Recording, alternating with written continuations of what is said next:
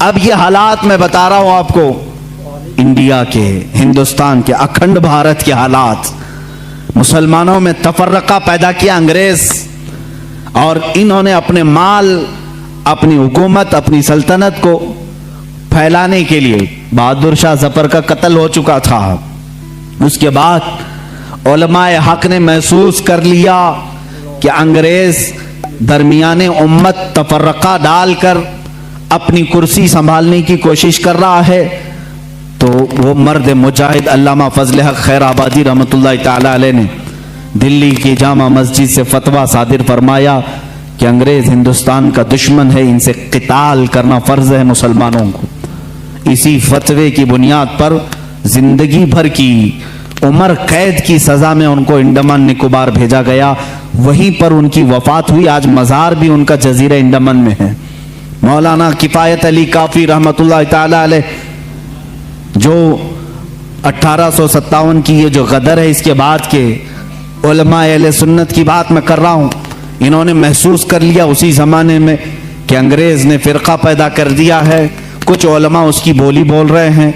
ظاہر سی بات ہے، یہاں کچھ علماء جو مدرسہ بنا رہے تھے ان کو ماہانہ مشاہرہ مل رہا ہے انگریز حکومت سے، علی گڑھ کو پاؤنڈ آ رہے ہیں انگلینڈ سے، اور دیگر علماء کو پاؤنڈ آ رہے ہیں، اور یہاں جو علماء ان کی ان خرافات کو بیان کر رہے ہیں ان کو پھانسی پر چڑھایا جا رہا ہے۔ مولانا کفایت علی کافی رحمۃ اللہ تعالی علیہ، جن کے اعلیٰ حضرت بھی بڑی عزت فرمایا کرتے تھے، وہی کفایت علی کافی جنہوں نے اپنی ایک نعت میں کہا تھا، کوئی گل باقی رہے گا نہ چمن رہ جائے گا، پر رسول اللہ کا دین حسن رہ جائے گا، اطلس و کم خواب کے پوشاک پہ نازاں نہ ہو، اس تنے بے جاں پہ خاکی کفن رہ جائے گا۔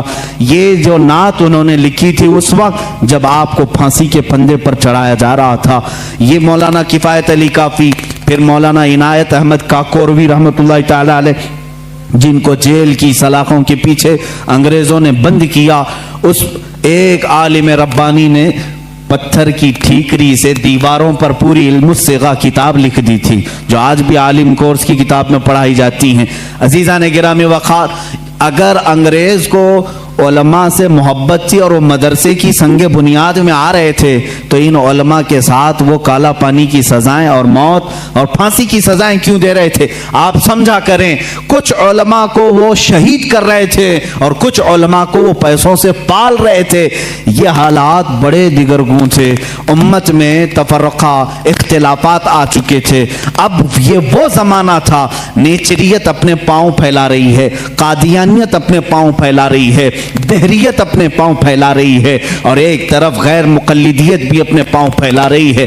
ہندوستان کی سرزمین جو اہل سنت و جماعت کا کہوارہ تھی، اولیاء کا مرکز تھی، یہ خواجہ ہند کا ہندوستان تھا، یہ محبوب الہی کی وراثت کی زمین تھی۔ یہاں صابر کلیری کے مجاہدات تھے، یہاں بابا فرید کے نغمے تھے، یہاں پر اولیاء کاملین کا گلشن تھا، یہ تمام صوفیاء کاملین کے پروردہ مریدین کا ایک عظیم گلستان تھا۔ اس گلستان کو کئی انگریزوں نے اپنے پاؤں سے کچلنا شروع کیا، اس میں خزاں آنے لگ گیا، اس حسین گلدستے میں، ہندوستان کے گلدستے میں پھول مرجھانے لگے۔ نیچریت کا غلبہ آیا ہے، وہابیت کا غلبہ آیا ہے، قادیانیت کا فتنہ سر ابھار رہا ہے، الہاد و بے دینی کا فتنہ سر ابھار رہا ہے۔ اب ہندوستان کی سرزمین پر ایک ایسے مرد قلندر کی ضرورت تھی جو موسیٰ کا جلال لے کر فرعون کے مقابل میں آئے، جو ابراہیم کی ثبات قدمی لے کر کے نمرود کے سامنے آئے۔ اب ایک ایسے مرد قلندر کی ضرورت تھی جو صدیق کی صداقت اپنے سینے میں رکھتا ہو، فاروق اعظم کی عدالت اپنے سینے میں رکھتا ہو، عثمان ابن عفان کے حلم و بردباری اپنے سینے میں رکھتا ہو۔ ہندوستان کو اب ایسے مرد قلندر کی ضرورت تھی جو حیدر کرار کی شجاعت بھی رکھتا ہو، غوث اعظم کا نائب ہو، خواجہ ہند کا وارث ہو، اللہ رب العزت العزت نے ہندوستان کے سنی مسلمانوں پر وہ احسان عظیم فرمایا جب صوفیاء کے مرکز اور اولیاء کاملین کی خانقاہیں آواز دینے لگی الہا اب ہند کا کیا ہوگا، یہاں تو اب چادریں نہیں، اب گاگریں نہیں، یہاں اولیاء کی بارگاہ میں آنے سے روکا جا رہا ہے، وسیلے کو شرک، استمداد کو کفر کہا جا رہا ہے، عظمت رسالت پر حملے ہو رہے ہیں، نماز میں رسول کے خیال آنے کو برا بھلا کہا جا رہا ہے، پیٹ پیچھے کی خبر نہ ہونے کی حضور کے بارے میں کہی جا رہی ہے، الہا اب کون اس دین کا وارث ہوگا، جانشین ہوگا، محافظ ہوگا، نگہبان ہوگا؟ آواز آئی غیب سے، اللہ رب العزت نے پورے ہندوستان کے اس سائے پر ایک ایسی عظیم سلطنت کو بیدار فرمایا جس سلطنت کا نام ہم یوں کہتے ہیں ملک سخن کی شاہی تم کو رضا مسلم، ملک سخن کی شاہی تم کو رضا مسلم، جس سمت آ گئے ہو سکے بٹھا دیے ہیں، اس عظیم ہستی کو اللہ تعالیٰ نے جلوہ فرمایا جس کو پوری دنیا سنیت اعلیٰ حضرت کنز الکرامت، جبل الاستقامت، دریائے نعمت، آقائے رحمت، کنز الکرامت امام اہل سنت امام احمد رضا خان فاضل بریلوی کے نام سے جانتی ہے۔ اسی لیے میں نے کہا احمد رضا کا تازہ گلستان ہے آج بھی، خورشید علم ان کا درخشاں ہے آج بھی، سب ان سے جلنے والوں کے گل ہو گئے چراغ، احمد رضا کی شمع فروزاں ہے آج بھی۔ عزیزان گرامی، اس امام اہل سنت فاضل بریلوی کی جس گھر میں ولادت باسعادت ہوئی وہ عام گھرانہ نہیں تھا، علمی گھرانہ تھا، بزرگوں کا گھرانہ تھا، تقوی و پرہیزگاری کے شعار رکھنے والوں کا گھرانہ تھا۔ اعلیٰ حضرت رضی اللہ تعالیٰ 10 شوال المکرم بریلی شریف میں سنیچر کے دن جب آپ کی ولادت ہوئی، ظہر کا وقت تھا، یہ اعلیٰ حضرت امام احمد رضا خان رحمۃ اللہ تعالیٰ علیہ مولانا نقی علی خان رحمۃ اللہ تعالیٰ علیہ کے گھر پیدا ہوتے ہیں۔ مولانا نقی علی خان اعلیٰ حضرت کے والد ماجد زبردست عالم دین، فقیہ کامل، ولی کامل تھے۔ آپ کے دادا مولانا رضا علی خان رحمۃ اللہ تعالیٰ علیہ قطب الوقت تھے۔ آپ کا سلسلہ نسب اعلیٰ حضرت رضی اللہ تعالیٰ عنہ کا افغانستان کے بڑھیج قبیلے کے پٹھانوں سے ملتا ہے۔ بعض محققین نے کہا ہے کہ صحابی رسول تک آپ کا نسب پہنچتا ہے، واللہ اعلم۔ اعلیٰ حضرت رضی اللہ تعالیٰ عنہ جس وقت اپنی آنکھیں کھولے ہیں، باپ کو مولانا نقی علی خان کی شکل میں ایک عظیم ولایت کا سرتاج دیکھے ہیں، اور پرورش بھی اس انداز میں ہوئی۔ الحمدللہ جن کے گھر علمی ہوتے ہیں، تقوی والے ہوتے ہیں، وہاں کی ہواؤں میں بھی علم ہوتا ہے، وہ چلتے پھرتے بھی پرہیزگار بنتے ہیں۔ اعلیٰ حضرت عظیم البرکت رضی اللہ تعالیٰ عنہ کے علمی گھرانے کی مثال اسی بات سے سمجھ میں آتی ہے کہ آپ کا نام اعلیٰ حضرت رضی اللہ تعالیٰ عنہ کا نام محمد رکھا گیا اور دادا نے احمد رضا رکھا، اسی نام سے آپ مشہور زمانہ بھی ہیں۔ اعلیٰ حضرت رضی اللہ تعالیٰ عنہ کے گھر کا نہیں بلکہ صوفیاء کرام بزرگوں کا یہ وتیرہ رہا ہے کہ بچہ جب 4 سال 4 مہینے 4 دن کا ہوتا ہے تو بسم اللہ خوانی کرائی جاتی۔ اس رواج کو ہمارے لوگ بھول چکے ہیں۔ چلے چھٹیاں تو یاد رہیں اور دوسرے معاملات تو یاد رہے جو عورتوں کے شروع کیے ہوئے ہیں، لیکن اسلامی مشائخ اور بزرگان دین نے جو طریقے ہمارے لیے مستحب فرمائے تھے ان کو آج زندہ کرنے کی ضرورت ہے۔ اپنے بچوں کی بسم اللہ خوانی کروائیں، یعنی کسی بھی باعمل عالم دین سے بچے کو اس دن بسم اللہ پڑھایا جاتا ہے جب بچہ 4 سال 4 مہینے 4 دن کا ہوتا ہے، اور اس کو الف با پڑھایا جاتا ہے، قرآن کی چند آیتیں پڑھائی جاتی ہیں۔ یہ رسم بسم اللہ خوانی اعلیٰ حضرت رضی اللہ تعالیٰ عنہ کے گھر کی وہ وہاں کی رسم رہی ہے، وہاں کا رسم دستور بھی ہے۔ اعلیٰ حضرت کو استاذ آئے پڑھانے کے لیے اسی رسم بسم اللہ خوانی میں، جب ان کے دادا بھی ہیں والد بھی ہیں، لیکن رسم کے مطابق استاد آئے پڑھائے، الف با تا سا جیم ہا، یہ جو الف با پڑھایا جاتا ہے، اعلیٰ حضرت رضی اللہ تعالیٰ عنہ اسی مجلس میں ایک سوال کرتے ہیں اپنے استاد سے،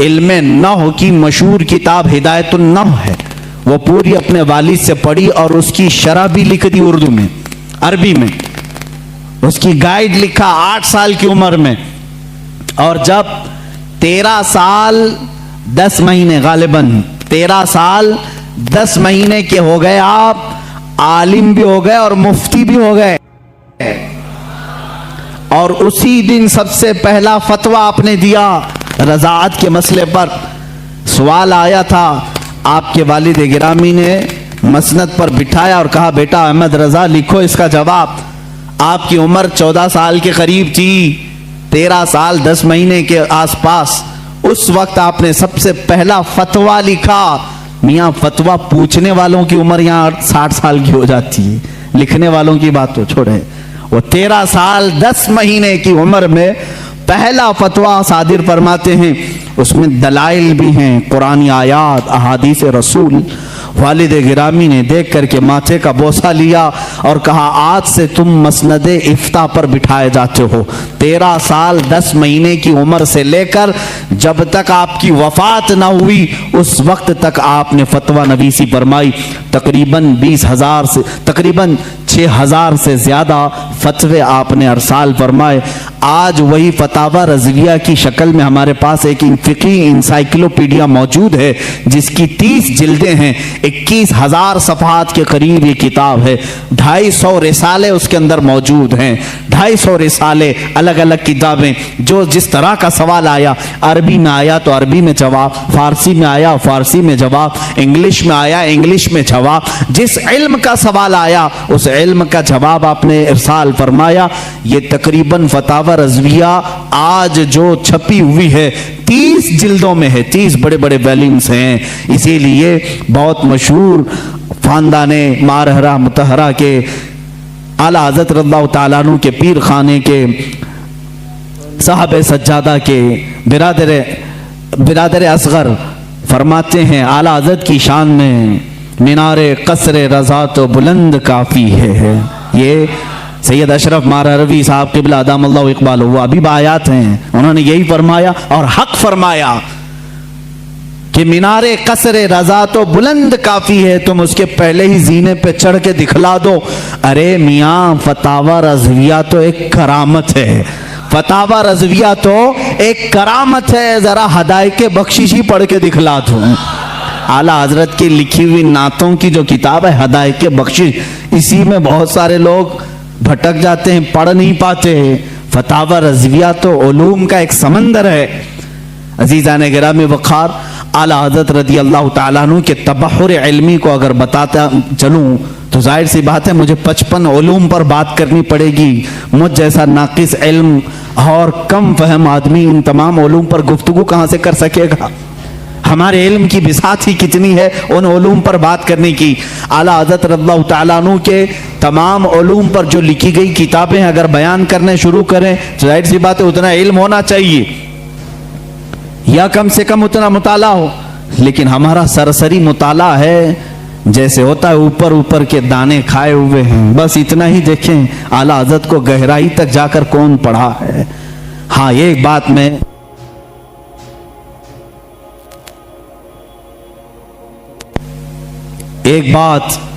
میں دل سے کہوں گا کہ سنے ہوئی محبت کرنے والے الگ ہوتے ہیں، اعلیٰ حضرت کو پڑھ کر کے چاہنے والوں کی بات الگ ہوتی ہے۔ پڑھ کر کے جو محبت کرتے ہیں وہ حقیقت میں محبت کرتے ہیں اور ان کا لوہا مانتے ہیں، اور سنی سنائی ہوئی باتوں میں کبھی ادھر آتے ہیں کبھی ادھر جاتے ہیں، معاملات ایسے ہوتے رہتے ہیں۔ عزیزان گرامی، فتاوی رضویہ شریف میں 250 رسائل جمع ہوئے، ان کے علوم کا کنارہ کہاں تک تھا اللہ ہی بہتر جانے۔ علم حدیث میں قلم اٹھایا تو کئی کتابیں لکھی، اصول حدیث میں قلم اٹھایا اس پہ کتابیں لکھی، فقہ ایک علم کا نام ہے، اس میں تو پوری کتابیں موجود ہیں، اصول فقہ پر کتابیں ہیں آپ کی، اور ان کے علاوہ تفسیر میں، اصول تفسیر میں، بلاغت میں، معانی میں، عرض میں، اور اس کے علاوہ جو میتھس کے ریلیٹڈ علوم ہوتے ہیں ان میں کئی کتابیں آپ کی ہیں، علم رمل میں، علم جفر میں ہے، زیجات میں ہے، ارثماتیقی میں ہے، یہ تمام وہ علوم ہیں جن کو آج شاید و باید کوئی جانتا ہو. علم حیت ہے, علم توقیت ہے, علم مقابلہ ہے, علم مناظرہ ہے, علم رد ہے. ان تمام علوم پر اعلیٰ حضرت کی کتابیں موجود ہیں, ان کے رسالے موجود ہیں. یہ ایک بات ہوتی ہے کہہ دینا کہ ان کو اتنے علوم آتے تھے, اور ایک بات ہے ان کی اس علم پر کتابیں پیش کرنا. ہم مبالغہ آرائی سے کام نہیں لیتے. جس علم کی میں بات کر رہا ہوں اعلیٰ حضرت اس علم کو جانتے تھے, اس علم کی ضرور ان کی کتاب بھی میں تمہارے سامنے پیش کر سکتا ہوں. کئی علوم پر اللہ تعالیٰ نے آپ کو مہارت تامہ عطا فرمائی تھی. یہ ایک بات آپ سمجھ کر کے چلیں, یہ ان کے پاس وقت کتنا رہا ہوگا یہ سب لکھنے کا, ان تمام علوم کو حاصل کرنے کا. اعلیٰ حضرت رضی اللہ تعالیٰ عنہ کے دنیاوی جو علوم ہیں ان پر جو گرفت ہے اتنی زبردست, اپنے زمانے کے بڑے بڑے سائنٹسٹ کو بھی آپ نے دعوت مقابلہ دیا ہے. پروفیسر البرٹ نام سے, اس نے 1919 میں یا 1920 کے قریب ایک پیپر میں لکھنؤ سے یہ بات شائع کر دی کہ سپٹمبر, ابھی یہ بھی سپٹمبر کا ہی مہینہ ہے, 17 سپٹمبر اگر کچھ تاریخ اس نے 2 مہینے پہلے اعلان کیا کہ سورج کے مقابل میں عطارد, زہرہ, زمین, مریخ, مشتری, زحل, یہ جو کواکب ہیں یعنی ان کو سٹارز آف گیلیکسی جو کہا جاتا ہے, یہ مقابل میں آ رہے ہیں, جس کی وجہ سے سورج کی روشنی کو یہ کھینچ لیں گے اور سورج میں ایک داغ پڑ جائے گا. پروفیسر البرٹ ایک سائنٹسٹ ہے, اور اس نے یہ اپنا چیلنج 3 ماہ پہلے پیپر میں شائع کر دیا کہ یہ پورے جو سٹارز آف گیلیکسی ہیں یہ اپوزٹ آ رہے ہیں سورج کے, اور سورج میں یہ داغ پیدا کریں گے, اور اس کی وجہ سے پورے موسم خراب ہو جائیں گے, اور ان تمام حالات کو ختم ہونے میں کئی ہفتے لگ سکتے ہیں. اس وقت زہریلی ہوائیں بھی آ سکتی ہیں, ہو سکتا ہے کہ تمام لوگ مر جائیں. لوگوں میں افراتفری, حالات ایسی ہیں جو بول دیا سب اندھا دھند مان لیتے ہیں. ایسا ہی کوئی البرٹ اس زمانے میں کورونا بھی بولا ہوگا. اعلیٰ حضرت رضی اللہ تعالیٰ عنہ اس زمانے میں جب آپ کے پاس لوگ آ کر کے کہنے لگے کہ حضور ایسی ایسی بات ہے, وہ سائنسدان ہے اور کہہ رہا ہے کہ یہ نجوم, یہ ستارے سورج کے اپوزٹ میں آ رہے ہیں, مقابل میں آ رہے ہیں, جس کی وجہ سے سورج کی روشنی وہ کھینچ لیں گے اور سورج میں داغ ہو جائے گا, زہریلی ہوائیں آئیں گی, فلاں فلاں فلاں باتیں.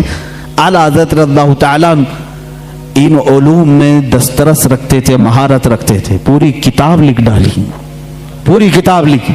میں آج ہی وہ کتاب پڑھ رہا تھا, میرا سر چکرانے لگا, میں نے کتاب بند کر دی, اس لیے کہ یہ علم نجوم کی بات ہے. اعلیٰ حضرت اس میں شکلیں بنا بنا کر کے لکھ رہے ہیں. عطارد اتنے سینٹی گریڈ کا ہوتا ہے, اتنے دقیقے کا ہوتا ہے, اتنے منٹ کا ہوتا ہے. زحل کی یہ شکل ہوتی ہے, فلاں جگہ ہوتا ہے, اتنے زمانے میں یہاں سے یہاں آتا ہے. یورینس, نیپچون, یہ اس کی میعاد مدت اتنی ہوتی ہے, فلاں وقت یہاں ہوتا ہے, سپٹمبر میں یہ کہاں رہتا ہے. ان تمام حالات کو لکھ کر کہتے ہیں جس البرٹ نے یہ دعویٰ کیا وہ جھوٹا ہے, وہ پاگل ہے اور جاہل ہے. اس لیے کہ یہ تمام چیزیں میں نے جو لکھی یہ ایک ساتھ جمع ہوں گی ہی نہیں. اور احمد رضا کا یہ دعویٰ ہے کہ 17 سپٹمبر کیا, 17-18 سپٹمبر کیا, اس طرح کے حالات انشاءاللہ کبھی نہ آئیں گے. اور دنیا نے دیکھا, سپٹمبر آئے گئے, نہ سورج کالا ہوا, نہ زہریلی ہوائیں آئی. سائنسدان دعوے کرتے رہتے ہیں. ظاہر سی بات ہے علم دین صرف یہ نہ سمجھو کہ قرآن و حدیث صرف مدرسہ مسجد کا نام ہے. قرآن و حدیث علوم کا سمندر ہے جو حقیقت میں اس کا وارث ہوتا ہے. اللہ دنیاوی علوم کا بھی اسے بادشاہ بناتا ہے. اعلیٰ حضرت کی ذات میں ہم نے وہ دیکھا ہے. سائنسدانوں کے بھی منہ بند کر دیے. ڈاروین کے نظریے کو غلط ثابت کیا. ڈاروین کا نظریہ تھا انسان بندر سے پیدا ہوا ہے, آپ نے پڑھا ہوگا اسکولوں میں وغیرہ. بعد میں یہ نظریہ ختم کیا, اعلیٰ حضرت نے اس کا رد فرمایا. میاں جو جس کی نسل سے ہو وہ اپنی نسل کو بتائے, مگر ہم آدمی ہیں, آدم سے پیدا ہیں, آدم سے پیدا ہے.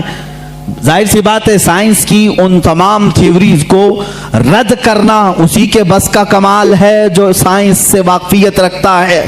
اعلیٰ حضرت رضی اللہ تعالیٰ عنہ نے ڈاروین کے نظریے کو غلط ثابت کیا, اور پھر زمین اور سورج کے معاملات جو ہیں آج بھی سائنس یہی کہتی ہے. یہ اب تک اختلاف چل رہا ہے. کئی لوگ مجھ سے سوال بھی کر چکے. اعلیٰ حضرت رضی اللہ تعالیٰ عنہ کا اس پر اختلاف ہے اور مجھے امید ہے کہ یہ نظریہ بھی غلط ثابت ہوگا. جو آج سائنس کہتی ہے کہ زمین گھومتی ہے, یہی سائنس میں پڑھے نا, میں بھی پڑھا ہوں اسکول میں, آپ بھی پڑھے ہوں گے. زمین گھومتی ہے اور زمین گھومتے گھومتے 24 گھنٹے کا ایک مدار ہوتا ہے اس کا, اور سورج کے اطراف گھومتی ہے تو 365 دن ہوتے ہیں. ایسا ہی ہے نا, سائنس میں ایسا ہی ہے. اعلیٰ حضرت رضی اللہ تعالیٰ عنہ نے اس نظریے کا رد کیا اور فرمایا زمین ساکن ہے, سورج گھوم رہا ہے, اور وہ آپ نے قرآن عظیم سے ثابت کیا. اللہ تعالیٰ فرماتا ہے والشمس تجری لمستقر لہا ذلک تقدیر العزیز العلیم. سورج اپنے مستقر پر چل رہا ہے اور اللہ رب العزت کی بنائی ہوئی یہ مقدار ہے.